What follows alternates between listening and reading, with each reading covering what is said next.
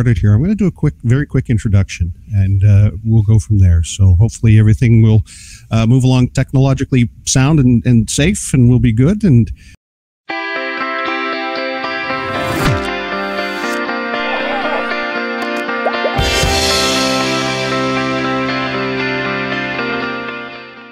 back in March of 2020, we all hunkered down to wait as the medical world worked to figure out COVID-19, and scientists worked on coming up with a vaccine. And in between baking bread and washing our hands, we found ways of spending our time during the lockdown. And that's when we found Carole Baskin, Joe Exotic, and Tiger King. And of course, that Netflix documentary, I'll use that term loosely in a lot of ways, and I'll explain why in a bit, shocked the world, outraged many. And now one of the stars of that series is celebrating a victory of her own. Carole Baskin and her animal-loving allies have scored a huge win with the passage of a bill in the United States that will put the exploiters of tigers and lions out of business once and for all. And I want to say a very warm welcome to Carole Baskin. It's so nice to see you. Hey, all you cool cats and kittens. Thank you for having me, Sheldon. I want to say happy holidays, Merry Christmas. And I first wanted to ask, because the reason that we're speaking today is this bill, this legislation. How long have you been working at trying to get laws in place to deal with what you see as a real concern in the world that you inhabit? I started the sanctuary 30 years ago and thought I could rescue my way out of the big cat crisis, but very quickly figured out it was going to take a change in laws to make that happen. And so in the 90s, I started working with others to try and end the abuse of big cats. And that culminated in 2003 with the passage of the Captive Wildlife Safety Act. But there were two huge gaping loopholes. One was it still allowed cub petting or cub fondling, and it still allowed for private ownership. So ever since 2003, we have been trying to close those loopholes. And in 2011, when my husband came on board, he really made it possible to ramp up those efforts. And so he has been largely responsible for the Big Cat Public Safety Act finally getting passed. As you know, it happened on December the 20th. To that end, there are facilities, zoos in my part of the world, in Atlantic Canada, where there are big cats, and there have been at times kittens or cubs. And I'm wondering, this legislation, would it outlaw, again, I know the difference between American law and Canadian law, but is the intent to get rid of any opportunity to see a big cat in captivity?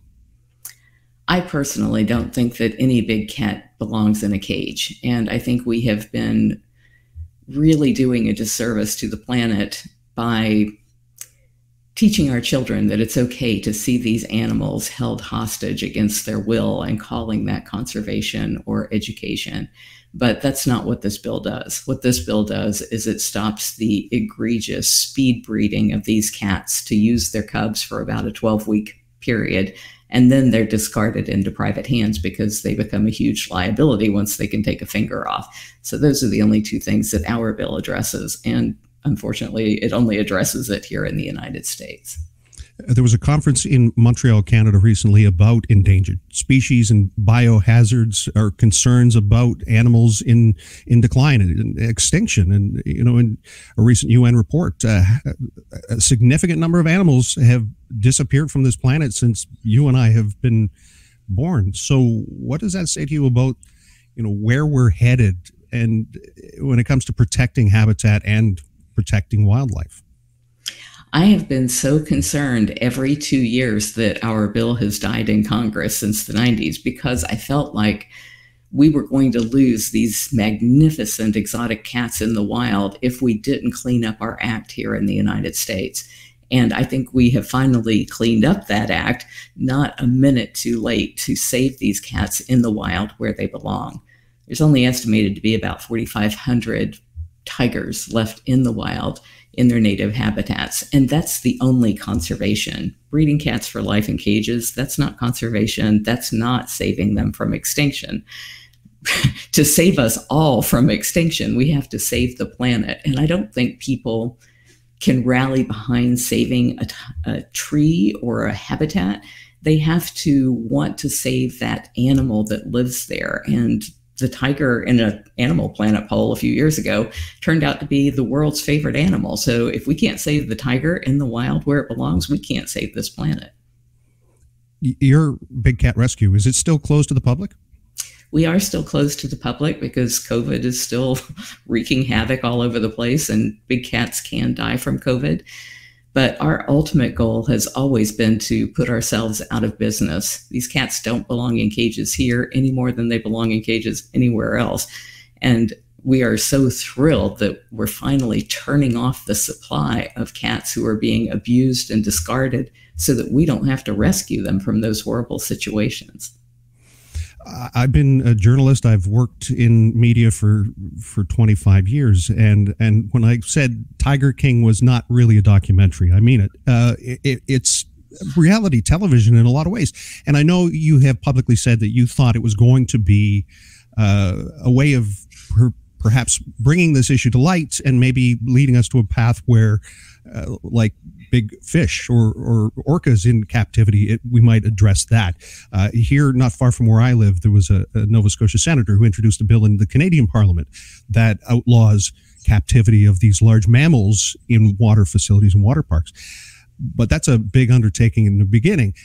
To circle back around, how 5 years you worked with the producers of that show, and they, I would assume, were telling you how they felt the vision would play itself out. Tell me about that first experience watching it.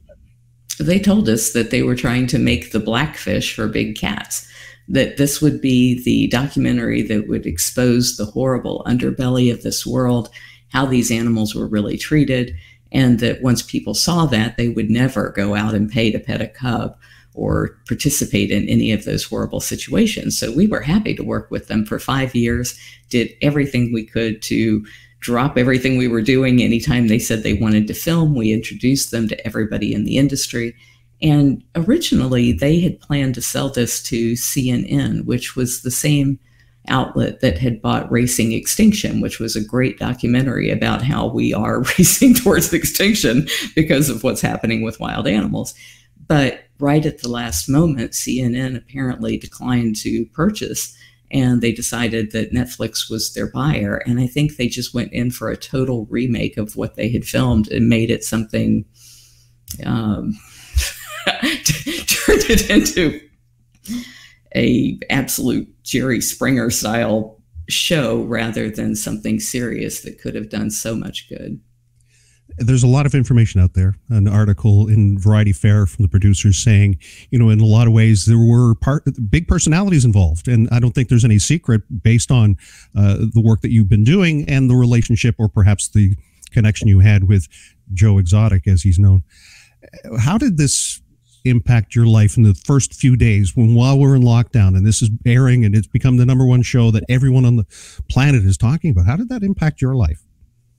Actually, my husband and I sat down to watch it when it came out because we had been told that it was going to be called something else. It was like, I forget what the name of the title was.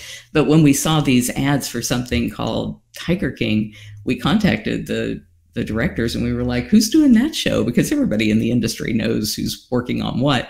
And all of a sudden it's like crickets from them. And so we sat down to watch it and we were like, oh my God, this is them. This is us. What is this? And so at the end of it, and we watched it start to finish, at the end of it, we just turned to each other and said, well, that was a missed opportunity. And I didn't, I just thought it was stupid. I didn't think that there was much more than that. I thought nobody would actually believe any of that crap. And then my phone started ringing and it rang off the hook. I mean, every 5 minutes for the next 3 months straight, with people just screaming at me how much they hated me. They wanted to kill me. They wanted to kill the cats. And I'm like, why do you want to kill the cats? And they would say, because they don't belong in cages. And I'm like, do you not know who I am? I don't want them in cages either. That's what this whole thing has been about. But that was not the message people got from Tiger King. So when people say, we all know Carole from Tiger King, no, if you only know me from Tiger King, you don't know me at all. What does that say to you about the appetite for education, or perhaps entertainment over education? Yeah, it's sad that people want to be entertained. They do not want to be educated.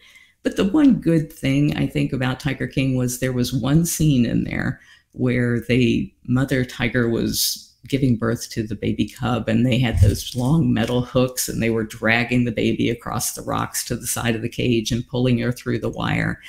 And people saw that, and it really made people angry.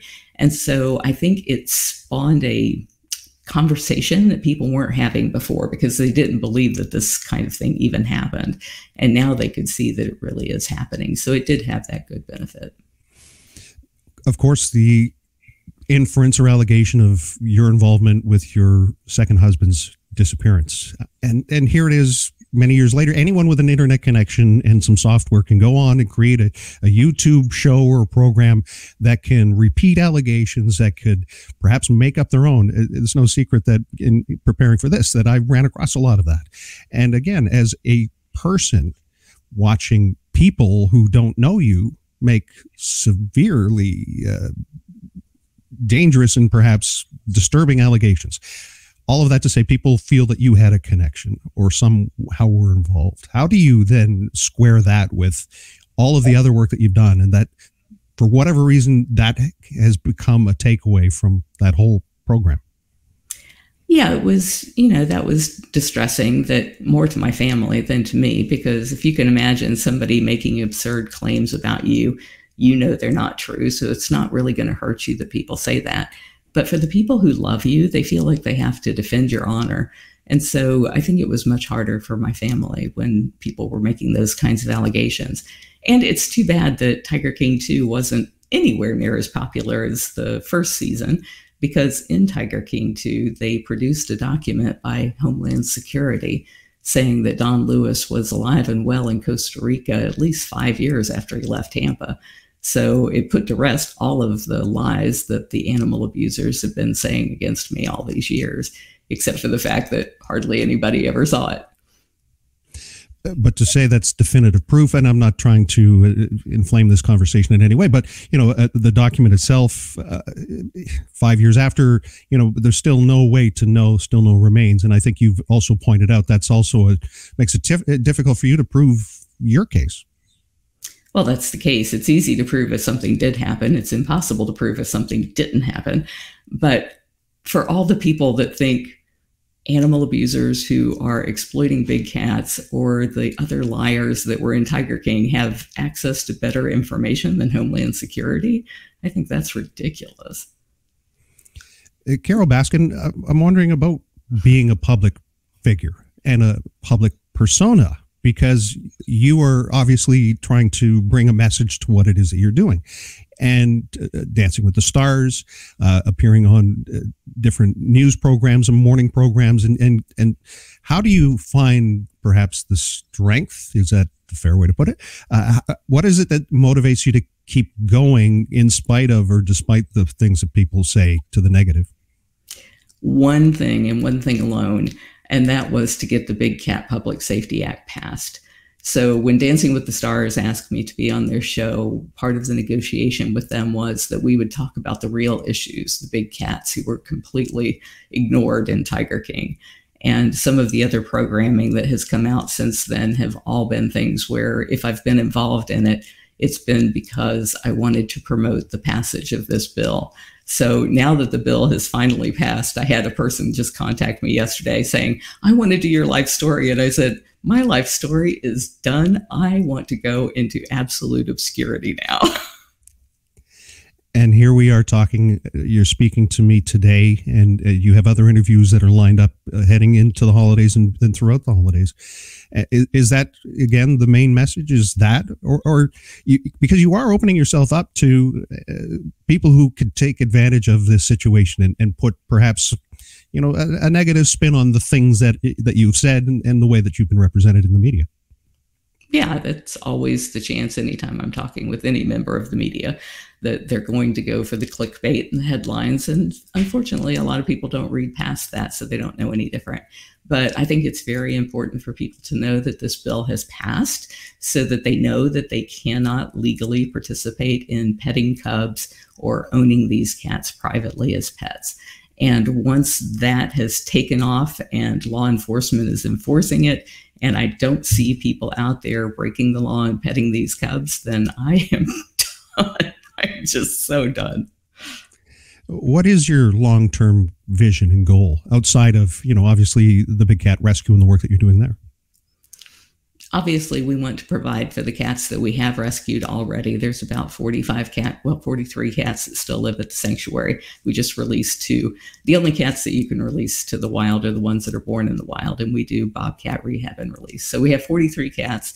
We're going to make sure that they're taken care of for the rest of their lives.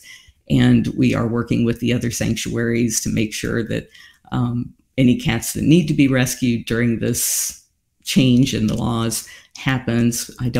I just don't believe people are going to give up the cats that they have.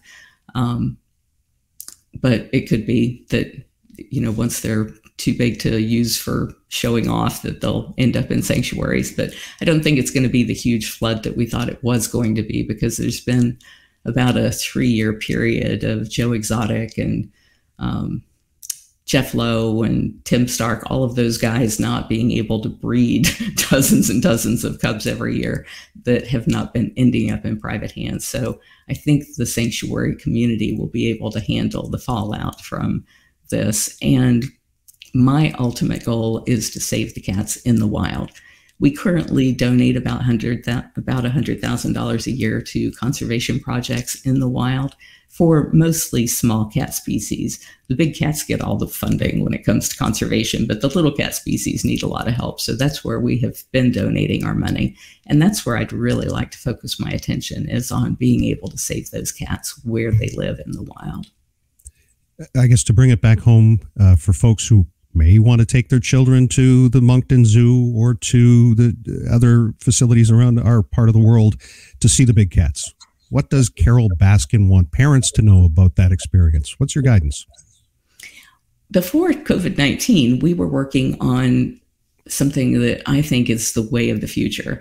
And we had opened the first augmented reality zoo at the Westfield Mall in Tampa, Florida. And then we opened another one down in Miami.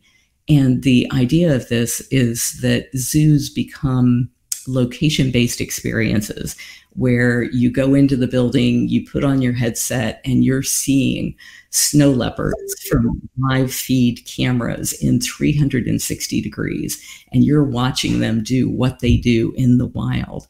And the zoo provides that ambiance of having cold air blowing on you, or the smell of yak stew from the monk's tent that you see in your headset next door to you. And so you get a real appreciation of who that cat is and what role they serve in the wild. That's education, that's conservation, and that preserves those theaters that those cats are living in the wild as being the only place you can see this. Then people will protect those habitats. As long as they can pay $5 and go down to the local zoo and see a cat in a cage, I don't think they're ever going to change their ways. And like you just pointed out, it's been because of the way we have treated animals the past 200 years that we have come to the edge of extinction for all of these great cats.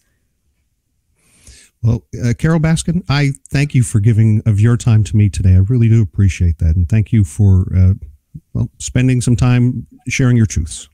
Thank you, Sheldon.